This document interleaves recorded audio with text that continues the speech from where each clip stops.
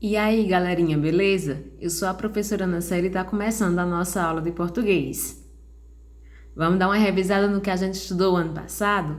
Hoje nós vamos relembrar dois gêneros textuais importantes. Primeiro, o anúncio publicitário e depois o diário íntimo ou diário pessoal, certo? O anúncio publicitário são aqueles textos que têm como objetivo fazer alguma divulgação de uma marca, de um produto, de um serviço, de uma ideia, de uma pessoa, de um canal, certo? São as famosas propagandas que a gente conhece hoje. Então, hoje, tudo que a gente tem visto de propaganda, com a pandemia, com as pessoas trabalhando em casa, a gente tem visto ainda mais as pessoas usando redes sociais, usando várias formas de fazer propaganda, de fazer divulgação de produtos, de serviços, de várias outras coisas. Não é só mais aquele anúncio publicitário que a gente vê num panfleto, que a gente vê numa placa na rua, alguma coisa assim. Então, existem muitas formas de se fazer esses tipos de anúncios na televisão, através de vídeo, de som, de gravação, de várias formas, certo?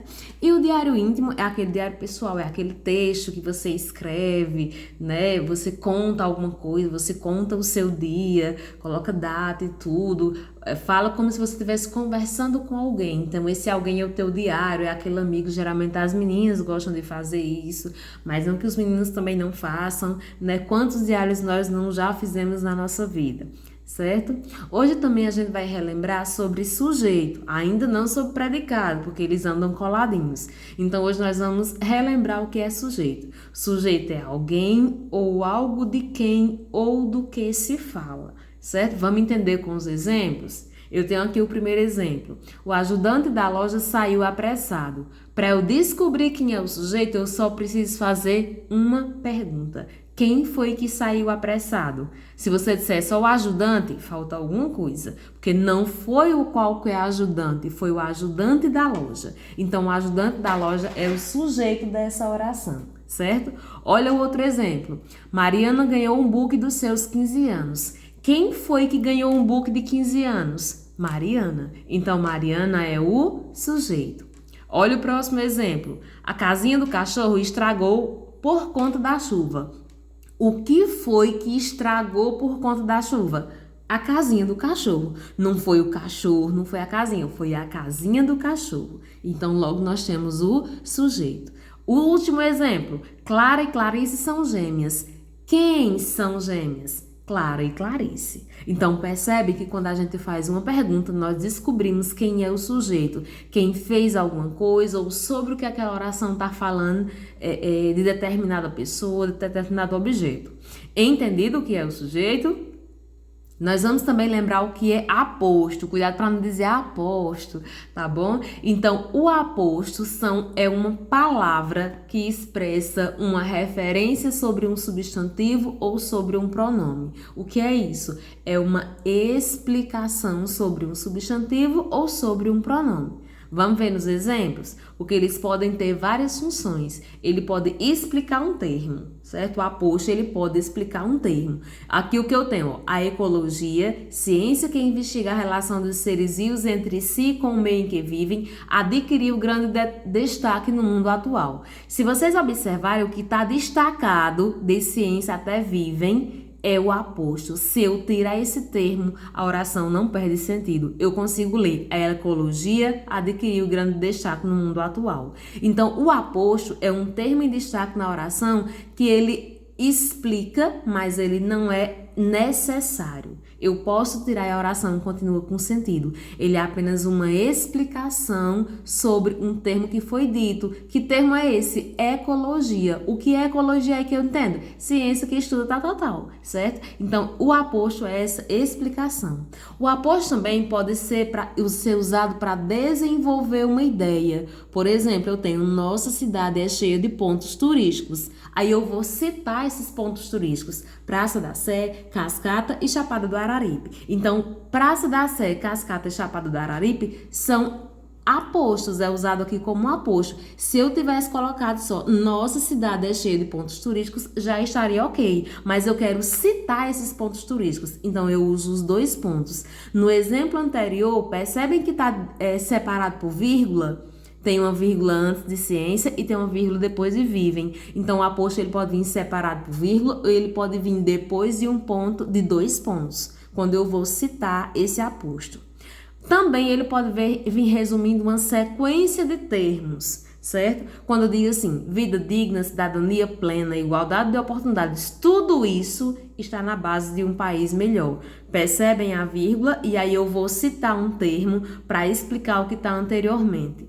Certo? Quando eu digo assim, mãe, compre caderno, lápis, caneta, borracha, corretivo, tudo de material escolar que eu vou precisar. Então, quando eu digo esse tudo, eu estou reforçando o que eu disse anteriormente. Esse termo também, o aposto também pode ser usado para especificar um termo genérico por meio de um nome. O que é uma coisa genérica? Que não é verdadeira. Então, eu tenho no exemplo, o rei Dom João VI veio para o Brasil.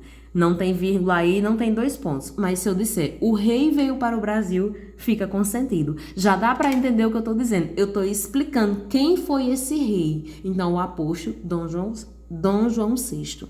Para resumir, em geral, os apostos vêm separados por vírgulas, travessões ou 2 pontos. Tem uns textos que a gente lê e é cheio de travessão. O que está entre esse travessão a gente chama de aposto, de explicações. Entendido? Também vamos lembrar o que é vocativo, justamente para a gente não confundir o que é aposto, o que é vocativo. Aposto é uma explicação sobre algo que foi dito ou que vai ser dito. Vocativo é um termo isolado da oração que vai servir para chamar alguém, para chamar um interlocutor, certo? Ele pode também vir separado por um sinal de pontuação. Vamos ver os exemplos, como é que ele pode aparecer. Ele pode aparecer no início da oração. Olha aí, ó, eu tenho, amiga, você sabe que horas são? Do mesmo jeito do aposto, o vocativo eu posso tirar. Eu posso dizer só, você sabe que horas são? Mas eu estou falando com alguém. Se eu disser assim, Carolina, você sabe que horas são? Eu estou chamando alguém. Quando eu digo, pessoal, venham ver isso. O pessoal é um vocativo, eu estou chamando alguém. Quando eu digo, Carlos e Letícia, eu não já mandei vocês pararem de conversar durante a aula? Eu estou chamando 2 pessoas, que é Carlos e Letícia. Mas, além de vir no início da oração, pode vir também no final. Olhem o que foi que eu fiz com as orações. Eu peguei o aposto que estava, o vocativo que estava no início da oração e eu levei lá para o final. E ele continua com sentido. Eu digo, você sabe que horas são, amiga? Venha ver isso, pessoal. Olhem o que está destacado. Continua sendo o aposto. Além de vir no início ou no final da oração, ele pode vir também no meio da oração. Eu digo, você sabe, amiga, que horas são? Então, qualquer um desses exemplos anteriores, onde eu colocar esse aposto, ele vai ter sentido. Vocês entenderam? Aposto não, vocativo, desculpem. Agora nós vamos entender o nosso último ponto, que são os adjetivos. Adjetivos é uma classe de palavras que a gente estudou lá no 6º ano, estudou no 7º, e a gente precisa relembrar aqui porque nós vamos precisar disso aqui, certo? Então, adjetivo é uma classe de palavra variável. Variável são palavras que mudam, certo? Que variam, que a escrita delas pode ser modificada. E eles atribuem características. Cuidado para não dizer que adjetivo é uma qualidade. Adjetivo é uma característica. Para quem? Para substantivos, para objetos, para pessoas, para seres, para animais, enfim, certo? Então, para substantivos. Olha um exemplo. Um prédio antigo desabou. Tem alguma coisa, não foi qualquer prédio que desabou, foi um prédio antigo. Antigo está caracterizando, está dizendo como esse prédio é. Então, antigo é uma característica, logo é um adjetivo. Preciso de um suco gelado. O que é que tem que ser gelado? O suco. Suco é substantivo, prédio é substantivo, então gelado aqui é um adjetivo, é uma característica de como eu quero o suco. E se eu quiser, no lugar de gelado, colocar quente? Quente também vai ser um adjetivo. Entendido? Último exemplo. Esses alunos brilhantes são do 8º ano. Brilhantes, quem são brilhantes? Os alunos. Então, brilhantes é uma característica da palavra alunos. Compreendido? Fácil, né? Isso aqui? Então, agora é hora de colocar a atividade, de realizar. Qualquer dúvida, entre em contato comigo. Beleza? Boa aula e até mais. Tchau, tchau!